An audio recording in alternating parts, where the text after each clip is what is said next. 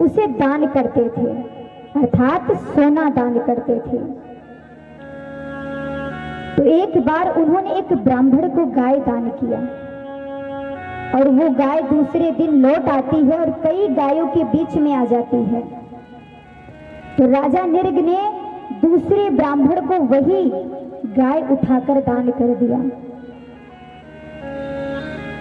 अब जो 2 दिन पहले दान किए थे राजा ने, वो गाय जिसे ब्राह्मण को दिए थे वो वापस आ जाता है। रास्ते में देखता है तो उसकी गाय पहचान गया। उसने कहा, जिस गाय को तुम ले जा रहे हो ये पहले से राजा ने मुझे दान कर दिया है। इस गाय का दान हो चुका है 2 दिन पहले। दूसरे ब्राह्मण ने कहा कि लेकिन मुझे आज दान में मिला है। पहले ब्राह्मण ने कहा, चलो राजा के सामने चल करके हम कहते हैं किसने किसको दिया है। अब राजा निर्ग के पास आते हैं और जो 2 दिन पहले वाला ब्राह्मण था उसने कहा, महाराज इस गाय की दान आपने मुझे किया था। राजा कुछ नहीं बोलते। दूसरे ब्राह्मण ने कहा, महाराज इसे तो आपने मुझे दान किया है, लेकिन ये ब्राह्मण कह रहा है कि इसे आपने दान किया है, अब आप ही बताइए। राजा तब भी कुछ नहीं कहते। राजा सर झुकाकर खड़े हैं, क्या कहे। 2 ब्राह्मण आपस में विवाद करने लगे। दूसरे ब्राह्मण को क्रोध आ गया जिसे पहले राजा ने दान में दिया था गाय को। राजा के मुख को देख करके ब्राह्मण ने कहा कि तुमने मुझे इस गाय का दान किया है और तब भी तुम गिरगिट की तरह चुप हो, तुम कुछ भी जवाब नहीं दे रहे हो। जाओ मैं तुम्हें श्राप देता हूं। ब्राह्मण ने कहा कि जिस भांति तुम गिरगिट की तरह खड़े हो और कुछ बोल नहीं रहे हो, तुम न्याय नहीं कर रहे हो एक राजा होकर के, मैं तुम्हें श्राप देता हूं कि एक योनि में तुम गिरगिट बन जाओ। राजा दुखी हो जाते हैं। राजा ने कहा, ऐसा श्राप आपने मुझे क्यों दिया। कहा, श्राप तो मैंने दे दिया क्योंकि मैं एक ब्राह्मण हूं और तुमने एक राजा होकर के गलत किया है। 2 ब्राह्मणों के विवाद को तुमने बढ़ा दिया एक राजा होकर के, तुम सच्चा न्याय नहीं किए, इसलिए मैंने तुम्हें श्राप दिया। लेकिन हाँ, तुम्हारा उद्धार सिर्फ द्वापर में होगा। अब एक योनि राजा निर्ग को गिरगिट बनना पड़ा और जैसे ही द्वापर में देखिए यही राजा जो गिरगिट बनते हैं कुएं में पड़े हुए थे।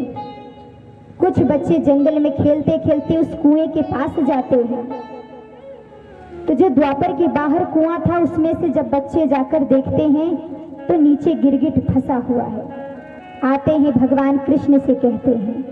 भगवान कृष्ण जाते हैं इस कुएं के पास और जैसे ही अपनी पीतांबरी स्पर्श कराते हैं गिरगिट के ऊपर, बाहर लाने के लिए वैसे ही वो अपने स्वरूप में आ जाता है, अर्थात राजा के रूप में आकर खड़ा हो जाता है। भगवान के पीतांबरी से स्पर्श होते ही भगवान ने पूछा, ये तुम्हारी दशा कैसे हुई। राजा ने सारी बात बताई। कहा, प्रभु मैंने इतना बड़ा अपराध किया है फिर भी आपने मुझे इस योनि से मुक्ति दिला दिया। मैं तो एक पापी हूं, मैंने जीवन भर इतना दान किया, मैंने सोने का दान किया है जीवन में। ठाकुर जी ने कहा कि तुम्हें श्राप तो मिला था लेकिन मुक्ति भी तुम्हें किस बल से मिली है, क्योंकि जो तुमने अपने जीवन भर में दान किया है उस दान के प्रभाव से तुम्हें इस योनि से मुक्ति मिली है। अर्थात जीवन में जो हम धर्म कर्म करते हैं, जो दान करते हैं, जो पुण्य करते हैं, वही हमारे पुण्य बन करके हमारे जीवन में पुनर्जब हमें जन्म मिलता है तो वही सत्कर्म, हमारे किए गए कर्म हमारे फल मिलता है। जो संत होते हैं, जो गुरु होते हैं, वो कहते हैं कि जीवन में अच्छे कार्य करो, दान करो। क्यों कहते हैं? वो अपने लिए नहीं कहते हैं, ये शास्त्र में लिखी बात है सुखदेव जी से पूछते हैं कि दान किसे करनी चाहिए। श्री सुखदेव जी महाराज कहते हैं कि दान सुपात्र को करनी चाहिए, कुपात्र को नहीं करनी चाहिए। दान का कोई समय नहीं होता, दान का कोई समय, कोई घड़ी, कोई मुहूर्त नहीं होता। दान आप कभी भी कर सकते हो, किसी भी समय कर सकते हो। और कुपात्र और सुपात्र कौन है ये भी जान लीजिए। सुपात्र वो है जिसके पास सब कुछ है। कई बार होता है ना कि जिसके पास जो आपके बराबरी का होता है, तो उसके यहाँ अगर ब्याह पड़ जाए, कोई उत्सव हो, तो हम उसके यहाँ जब लिफाफा भेजते हैं पैसों की, तो उसमें देखोगे तो 2000-5000 रहेंगे। क्यों? क्योंकि देने वाला जानता है कि वापस मुझे बराबर मिलेगा।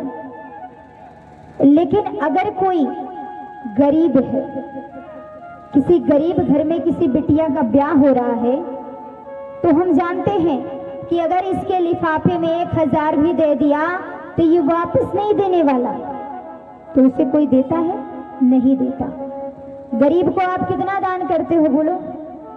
अपने बराबरी में तो रोज जाओगे, दान करके आओगे, लेकिन उस दान का कोई मतलब नहीं होता, कोई अर्थ नहीं होता। दान ऐसी चीज में करो कि जिसका पुण्य हो, जिसका लाभ हो जीवन में। तो कभी अपने बराबरी को तो आप देते ही हो, उससे तो कोई लाभ नहीं होगा। लेकिन आज से ये जान लो कि लाभ वही होगा जो आपकी बराबरी का नहीं है, जिसे जरूरत है। और फिर भी कथा श्रवण करके हम क्या करते हैं? आपने देखा है जिसके पास 10-10 सेट कपड़े हैं, ठंड के मौसम में आप 4-4 वो अपने तन पर पहना है वस्त्र, उसको ले जाकर और हम देना चाहते हैं।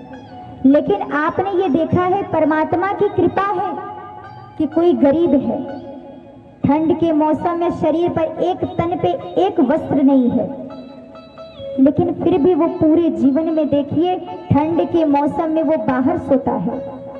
क्या कोई अमीर पैसे वाला जाता रहता है रोड पर, देखता है कि उसके तन पे कपड़े नहीं है, तो अपने शरीर पर तो 4-4 कपड़े डाले हो, क्या अपने तन का एक वस्त्र निकाल कर उसके ऊपर डालते हो? नहीं डालते हो। काश कि आपने ये विचार किया होता कि इसे जरूरत है। लोग सामने से चले जाते हैं, लेकिन फिर भी आपने विचार किया है 4-4 सेट कपड़े तो तन पे रहते हैं, लेकिन फिर भी जुकाम खांसी पकड़े रहता है। हाँ, टाइफाइड मलेरिया दुनिया भर का रोग, अब काहे नहीं होगा?